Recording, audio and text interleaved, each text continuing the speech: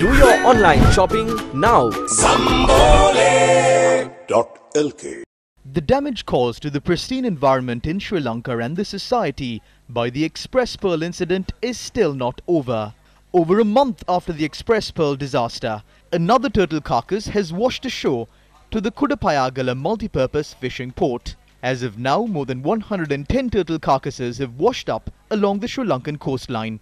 Even to this day, the reason behind these deaths has not been identified.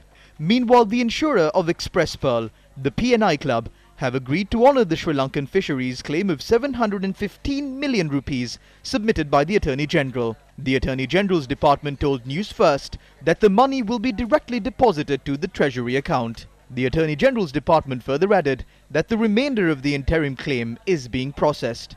The department says a decision will be taken to select an international adjuster cum lawyer to survey the environmental damage and quantify the main and substantive claim.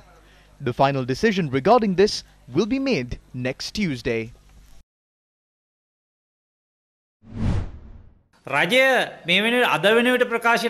The government has announced that 720 million rupees will be given by the company that owns the Express Pearl vessel, and this 720 million rupees will be provided to the fishermen of this country.